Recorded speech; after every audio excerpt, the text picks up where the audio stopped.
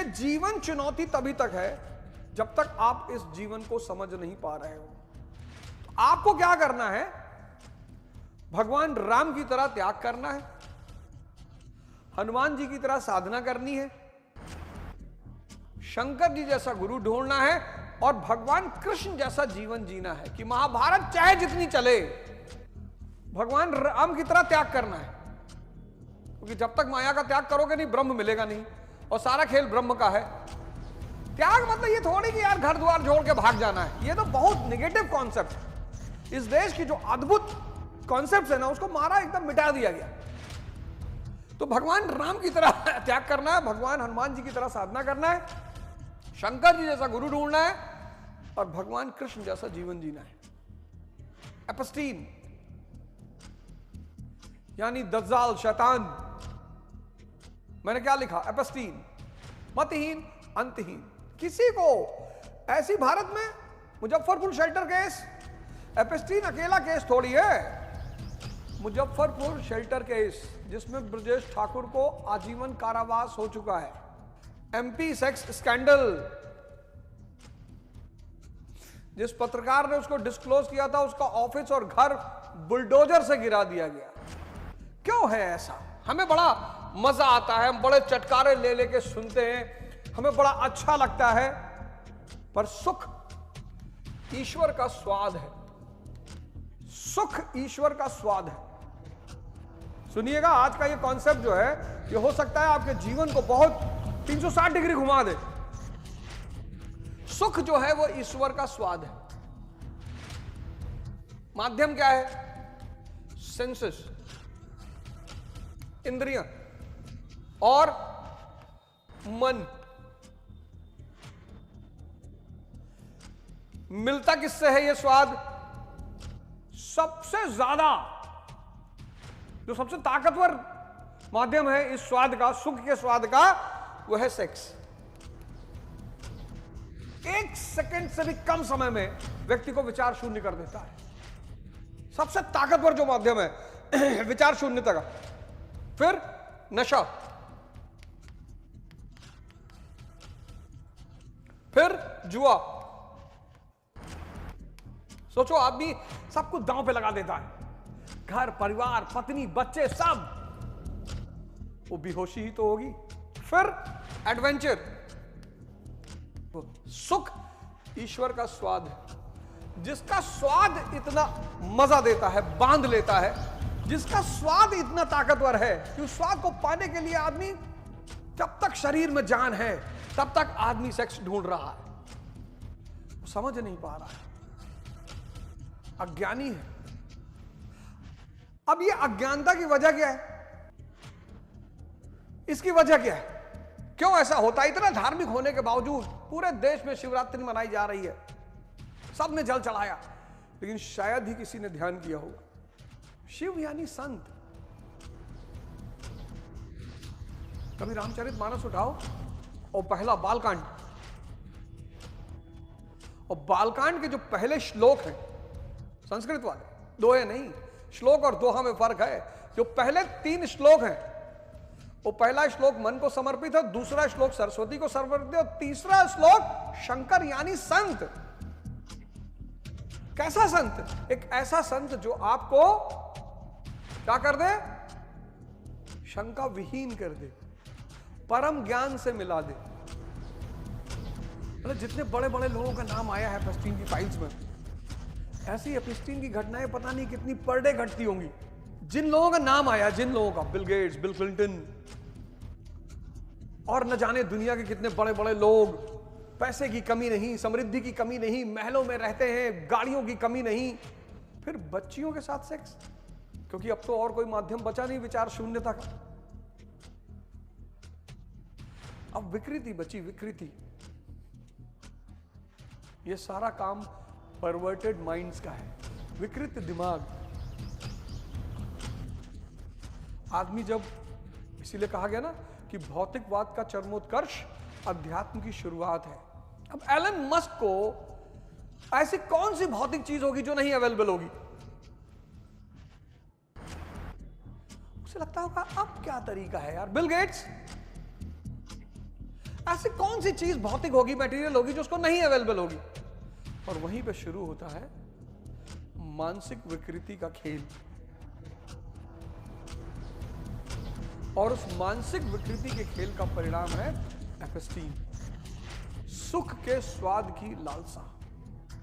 सुख यानी ईश्वर का स्वाद। कभी किसी मिलो बुजुर्ग आदमी से, कभी किसी बुजुर्ग आदमी से मिलो, 85-90 साल के आदमी से, कहेगा जवानी एक धोखा है बेटा, हम तो लुट गए। बुजुर्गों के साथ जरूर बैठो, बुजुर्गों के साथ जरूर बैठो। कुछ बुजुर्गों से बचो, बुजुर्गियत में भी वो बाज नहीं आते, तो कुछ बुजुर्गों से बचो। लेकिन बुजुर्गों के पास अगर अच्छा बुजुर्ग है तो उसके पास एक बहुत बड़ी चीज है, अनुभव। इसीलिए इस देश ने बुजुर्गों की सेवा पे बड़ा बल दिया कि यार बुजुर्गों की सेवा करो, क्योंकि जो भी बुजुर्गों की सेवा करेगा उसको अनुभव प्रसाद के रूप में मिलेगा। वो जो 80 साल का बुजुर्ग है, 85 साल का बुजुर्ग है, 90 साल का बुजुर्ग है, वो अपने जीवन के इतने बड़े बड़े अनुभव आपको शेयर करेगा, जो बात आप 70 के बाद सीखोगे वो आपको 35 में बता देगा। सुख जो है ईश्वर का स्वाद है, माध्यम किसके थ्रू मिलता है? सेंसेस और मन के थ्रू। सबसे ताकतवर माध्यम है सेक्स, फिर नशा, फिर जुआ, फिर एडवेंचर इत्यादि।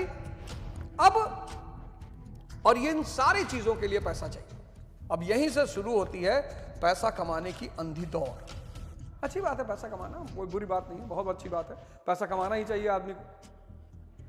जितने लोग ये कहते हैं कि साहब हमको पैसा नहीं कमाना, मुझे उनसे बहुत नफरत है। खूब पैसा कमाइए, लेकिन अगर आप सुलझे हुए दिमाग, अगर आप अपने दिमाग को संभाल लें, अपने दिमाग को सुलझा लें, अपने दिमाग को ताकतवर बना ले, अपने मन को जगा ले। भगवान शंकर के पास क्या नहीं है यार? तुम आज शिवरात्रि के दिन जल चढ़ाने गए होगे, तुम सोचो एक बार खड़े होकर उनके पास क्या नहीं है। कुबेर को बुलवाकर अपना घर बनवाते हैं, वो नहीं रहना वो अलग बात है भाई। जो आदमी इतने बड़े ब्रह्मांड को चला रहा है वो एक पर्टिकुलर जगह पे कैसे रह सकता है? ये भी एक रीजन है कि भगवान शंकर का कोई व्यक्तिगत घर नहीं है, कैलाश में रहते हैं। मन कुबेर को बुलाकर अपना घर बनवाते हैं। पत्नी ने कहा घर बनवा दो, बोले बनवा देते हैं। कुबेर को बुलाया। यहां लोग कहते हैं पहले प्लाट ले लें 3 हिस्से का, और दिल्ली में तो 25 गज में मकान है, 50 गज में, 30 गज में, और वो 50 और 30 गज के मकान को बनवाने में पूरी उम्र लग जाती। तो भगवान शंकर यानी साधना के देवता, साधना के भगवान, मन को जीतने का सूत्र बताने वाले, शंका खत्म करने वाले। तो आज शिवरात्रि के दिन अब धर्मों का विश्लेषण, धर्म एक विज्ञान है, धर्म एक विज्ञान है, उसके अपने साइंटिस्ट हैं। कबीरदास जी उसके साइंटिस्ट हैं, सूरदास जी उसके साइंटिस्ट हैं, तुलसीदास जी उसके साइंटिस्ट हैं, संत रविदास जी उसके साइंटिस्ट हैं, ये उसके साइंटिस्ट हैं। और इस विज्ञान का एक ही सूत्र है, धर्म परिवर्तन। हर व्यक्ति को इस धर्म परिवर्तन के रास्ते से गुजरना होगा। कौन सा धर्म परिवर्तन? इंद्रियों से उठकर चेतना पर पहुंचना होगा। और जिस सुख के लिए आप यहां भटक रहे हैं ना, वहां अथाह, असीम, अनंत और कोई रास्ता नहीं है।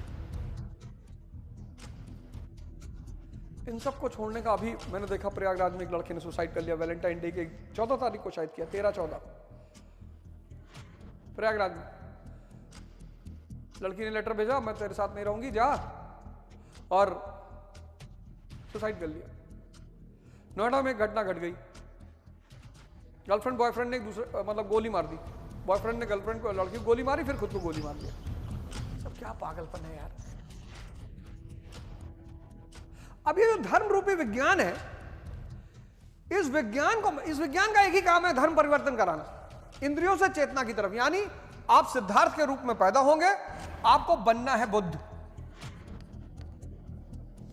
आप नरेंद्र के रूप में पैदा होंगे, आपको बनना है स्वामी विवेकानंद। आप कृष्ण के रूप में पैदा होंगे, आपको बनना है वासुदेव कृष्ण। और इसके लिए एक बहुत ही शक्तिशाली गुरु चाहिए। 1960-70 विषय था ही नहीं, मटेरियलिज्म था ही नहीं, भौतिकवाद था ही नहीं। डीएलएफ के मॉल में गुड़गांव में चले जाइए, पागल हो जाएंगे आप 10 मिनट के अंदर। डीएलएफ मॉल गुड़गांव आप चले जाइए, आप 10 मिनट के अंदर बेचैन हो जाएंगे, रेस्टलेस हो जाएंगे, परेशान हो जाएंगे। क्यों? हमारे समय में 1970s में सड़क पे निकलो कुछ है ही नहीं, पंसारी की दुकान है, विषय मतलब मटेरियल गुड्स, उससे आसक्ति, यार ये ले लें यार, यार क्या रोलेक्स की वॉच है यार, यार लुई विट्टन के शूज यार, विषय, उससे आसक्ति, आसक्ति से कामना, और अगर कामना नहीं पूरी होगी तो क्रोध। अब क्रोध से क्या पैदा होगा? मूर्खता, अविवेक। ये पूरा सीरीज में लिख लीजिए। विषय, विषय से आसक्ति, आसक्ति से कामना, कामना से क्रोध। ये क्रोध आज आप देखो 95% लोग डिप्रेशन में हैं। उसका सोर्स कहां है? ये विषय। आज 90% लोग डिप्रेशन में हैं, एंगर में, एंगर में। साली ने शादी से किया इनकार तो भाभी की कर दी हत्या, लो खुद की गर्दन काट डाली। मथुरा की घटना है। ये क्रोध अपने आप नहीं पैदा होता, और क्रोध पैदा करता है अविवेक, मूर्खता, और ये अविवेक और मूर्खता पैदा करती स्मृति भ्रम। स्मृति भ्रम, हस्तमैथुन किया, ग्लानि पैदा हुई, निराश हुए, शाम को फिर कर लिया, स्मृति भ्रम, फिर दूसरे दिन कर लिया, मरे जा रहे हैं, शरीर में दर्द है, बैक पेन। और जितने युवा हैं हस्तमैथुन करोगे तो सबसे बड़ा सिम्टम है बैक पेन, कमर का दर्द। शारीरिक कमजोरी का सबसे बड़ा सूचक है कमर दर्द। उसका एक वजह और भी है, प्रमेह। ब्लू फिल्म देखते हो ना, वो तुमको एक गिफ्ट देती है ब्लू फिल्म। तुम्हारा वीर स्वतः बहता रहता है पेशाब के रास्ते, उसको प्रमेह कहते हैं, तुमको पता ही नहीं चलता। तो तुम खाते तो बादाम का हलवा हो, पर लग रहा तुम्हें कुछ नहीं है। उसकी वजह है स्पर्मोहोरिया, इसको इंग्लिश में कहते हैं स्पर्मोहेरिया, हिंदी में कहते हैं प्रमेह। एक ही इलाज है, एक तो ब्लू फिल्म देखना छोड़ दो, दूसरा कपालभाति। 10 दिन कपालभाति और भस्त्रिका करके देख लो, कमर दर्द नहीं खत्म होगा। दोबारा मेरा शो कभी मत देखना, लेकिन पहली कंडीशन वही है। विषय, विषय से क्या? आसक्ति, आसक्ति से क्या? कामना, कामना पूरा नहीं होगा तो क्रोध, क्रोध हो से क्या होगा? अविवेक, मूर्खता, मूर्खता से क्या होगा? स्मृति भ्रम, और बुद्धि हो जाएगी भ्रष्ट। कहां लिखा हुआ है? दूसरे अध्याय के 63वें 64वें श्लोक में। अब ये पूरा विज्ञान, अब जो पुरोहित लॉबी है, पुरोहित, मैं एक, अब जैसे इस्लाम के बारे में मैंने आपसे बताया पिछली बार कि उनके पास एक बड़ा प्यारा कॉन्सेप्ट है, हराम। अब हराम का मतलब यह है कि हर वो चीज जो अल्लाह की याद में बाधा डालती है वो हराम है। यह है इस हराम का कॉन्सेप्ट। हर वो चीज जो अल्लाह की याद में बाधा डाले वो हराम। तो क्या हराम है? मूवी हराम है। भाई 3 घंटा मूवी देखोगे तो कहां सुमिरन चलेगा? तो क्या हराम है? सीरीज हराम है। तो क्या हराम है? जिना। जिना इस्लाम में सबसे खतरनाक अपराध माना गया। पत्थर से फेंक फेंक के मारा जाता था इसे आदमी को। ये सब अगर इसमें आप डूबे हो तो अल्लाह आपको कभी याद नहीं रहेगा। बड़ी प्यारा कॉन्सेप्ट है ये हराम। मैं एक मौलाना को सुन रहा था, अब देखो मुसलमान क्यों परेशान है। मैं एक मौलाना को सुन रहा था तो अपने बच्चों को पढ़ा रहा था कि अल्लाह ने जो चीजें नहीं बनाई हैं अगर उसको करोगे तो अल्लाह नाराज होगा कि नहीं नाराज होगा? बच्चों ने कहा जी बिल्कुल नाराज होगा जी। तो अल्लाह ने दिवाली बनाई है? बोले नहीं। तो बोले दिवाली हराम है।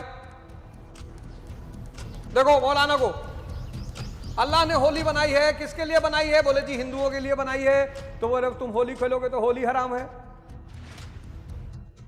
तिलक किसका है? हिंदुओं का है, तो तिलक लगाओगे तो तिलक हराम है। पूरा कॉन्सेप्ट ही उठा के खत्म कर डाला। इतना प्यारा कॉन्सेप्ट, इतना प्यारा हराम का, इतना प्यारा कॉन्सेप्ट है मुसलमानों इस्लाम का, जिसका कोई मतलब जवाब ही नहीं, उसका कोई जवाब ही नहीं। हर वो चीज जो अल्लाह की याद में बाधा डाल रही है वो हराम है। मूवी हराम है, बिल्कुल हराम है। सीरीज हराम है एकदम, जना हराम है एकदम हराम है। क्या कर्म है? यज्ञ। यज्ञ ही कर्म है। यज्ञ क्या है? श्वास प्रश्वास की विशेष विधि, श्वास प्रश्वास की विशेष विधि, संयम अग्नि। रसगुल्ला सामने रखा है और भागी जीभ बाहर, तो जब आप श्वास प्रश्वास सांस पे ध्यान दोगे तो जो हवस पैदा हुई थी वो शांत हो जाएगी। इसलिए शुगर की बीमारी को सिर्फ 4 चीजों से खत्म किया जा सकता है, बाकी कोई रास्ता नहीं। बड़ी दवाइयां बिक रही हैं बहुत, शुगर की बीमारी को सिर्फ 4 चीजों से खत्म किया जा सकता है। ध्यान से आता हूं मैं उस पर